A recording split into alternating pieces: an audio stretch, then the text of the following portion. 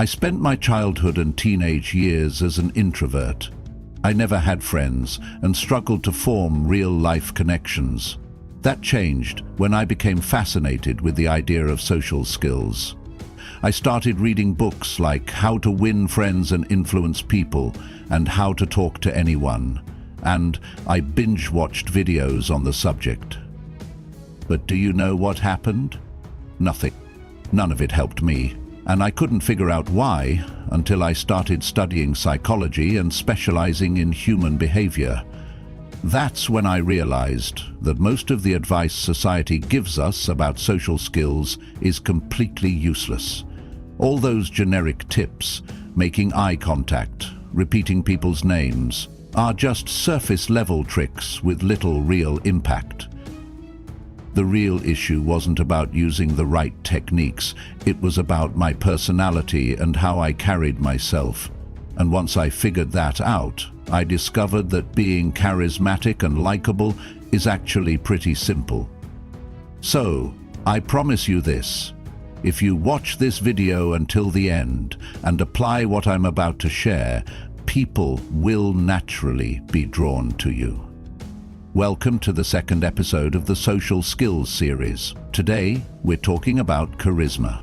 Charisma is made up of three key elements: presence, warmth, and power. To truly embody charisma, you need to balance all three. If one is off, the whole dynamic falls apart. Let's start with the first element, presence. Back in 1886, during a UK election, a journalist was asked about the two candidates. She said, "The first candidate makes me feel like he's the strongest person in the UK. The second candidate makes me feel like I am the strongest person in the UK. Who do you think won?" The second one. And that brings us to the first rule of charisma. You don't gain influence by making others see your strength. You gain it by making them feel strong in your presence. How do you do that? Through presence. When talking to someone, your full attention should be on them. You've probably heard the usual advice: maintain eye contact, nod, smile. But let's simplify things. Instead of worrying about what to say next, just listen. This is where most people go wrong. Instead of focusing on the speaker, they're busy thinking, what should I say next? Should I ask a question to seem interested? No, just listen. That's it. If you're genuinely engaged, the other person will feel it. And when people feel heard, they're naturally drawn to you. Think about it. When you're in a group, chances are most people aren't truly listening. So if you're the one who actually does, the speaker will feel a connection with you, and suddenly everyone wants to talk to you. Why? Because being heard makes people feel valued, and value is what everyone craves. That's the first aspect of presence. The second is being comfortable. Wherever you are, whether you're alone at a cafe, in a group, or in a one-on-one conversation, you need to be at ease. Your body language speaks louder than words, and if you seem stiff or uneasy, the other person will unconsciously pick up on it. How do you become comfortable? By allowing yourself to be spontaneous. For example, imagine you feel a sneeze coming on. If you suppress it because you're worried about what others might think, you're not comfortable. But if you just let it out naturally, you're embracing the moment. Being comfortable means accepting yourself as you are, as long as you're not hurting anyone. If you need to sneeze, sneeze. If you want to laugh, laugh. When you're relaxed, people around you feel more comfortable too. Think about how you act around your family. You're yourself, right? That's the same energy you should bring into social interactions. When you're at ease, others feel at ease, and that creates an instant connection. So, to sum up presence, listen fully and be comfortable in your own skin. Now let's move on to the second key element of charisma, warmth. Warmth is about kindness, but not in the way most people think. It's not about constantly complimenting people or doing whatever they ask. That's not warmth. That's people-pleasing, and it often comes off as fake. True warmth isn't about words, it's about emotions. In fact, only 7% of communication is based on words. The remaining 93% comes from body language, tone, and the emotions behind what you say. Ever had a conversation with someone who spoke politely but left no impact? That's because words alone don't create connection. It's how you make people feel that matters. You never understood why. The reason lies in emotions and energy. For example, let's say you don't particularly like doctors. One day you find yourself talking to a doctor. You don't openly express any dislike, and your words seem polite, but the energy you give off, he'll sense it. He won't be able to pinpoint why, but something about you won't sit right with him. He'll just think, I don't like this person, without realizing it's because you never really wanted to talk to him in the first place. Our emotions play a huge role in how others perceive us. When you interact with someone, always assume they are a good person. Focus on their positive qualities, but listen carefully.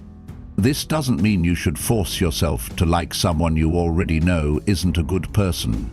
If you don't respect or trust them, why try to impress them? That's a different matter altogether. However, when meeting someone new or talking to a friend, genuinely feel excited about the conversation. Be interested in what they say. This feeling will naturally come through in your body language and energy, and they'll pick up on it. Without knowing why, they'll feel drawn to you and you to them. Humans mirror emotions.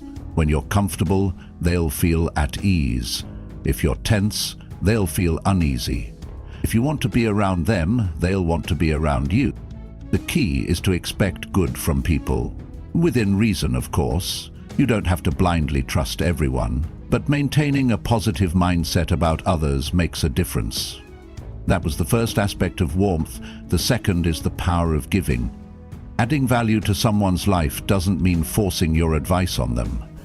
Let's say you're with a friend and they casually mention wanting to rent a house. You know, a great website for rentals. What do? You don't just sit there silently, nor do you overwhelm them with information.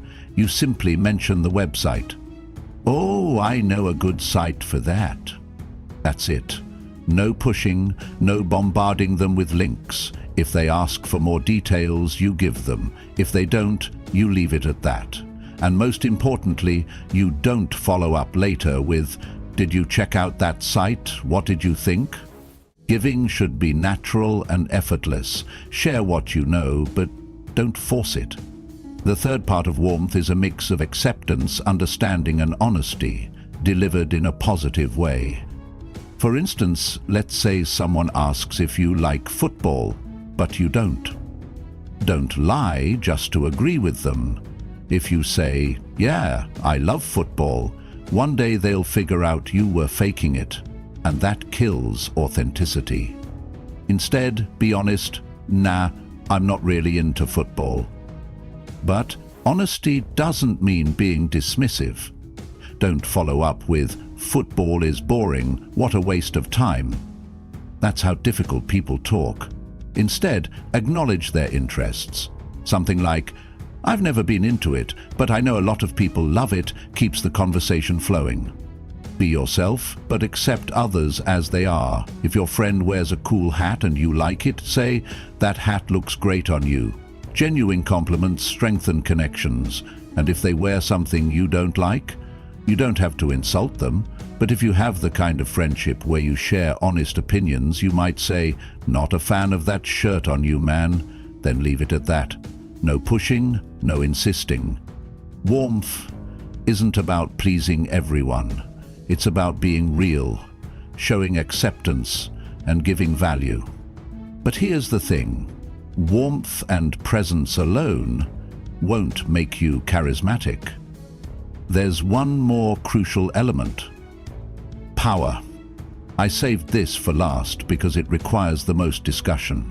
Power is all about inner strength, confidence, and presence. Here's a quick breakdown. 1. Don't seek approval. If you constantly talk about yourself or try too hard to impress others, it backfires. I explain this in detail in the first episode of this series. Watch it if you haven't already. 2. Don't be afraid to stand your ground. Your beliefs and principles are yours, and you don't need to justify them. Let's say you don't drink alcohol, and one day you're with friends who do. If they offer you a drink, just say no thanks. No long explanations, no overthinking, just a firm no. The same applies to anything else in life. Set your boundaries and don't let people cross them. 3. Own your space with strong body language. Your body language directly impacts your mindset. If you feel strong inside, it shows. But even if you don't, you can trick your mind by adopting powerful body language. I'm not going to list a bunch of rigid posture rules like stand tall, spread your arms, or keep your chest open. Instead, I'll say this: be comfortable, move naturally, take up space without hesitation. Picture yourself as the most confident person in the room. How would you sit? How would you carry yourself? Do that. And if you want to dive deeper into confidence and power, go watch my video on self-confidence. This entire series is designed to change the way you see yourself and how you interact with others. To wrap things up, charisma isn't just about making people like you. It's about influence, success, and moving through life with confidence. Mastering it will not only improve your relationships, but also your career and personal growth. This was The Dark Needle. Take care of yourselves.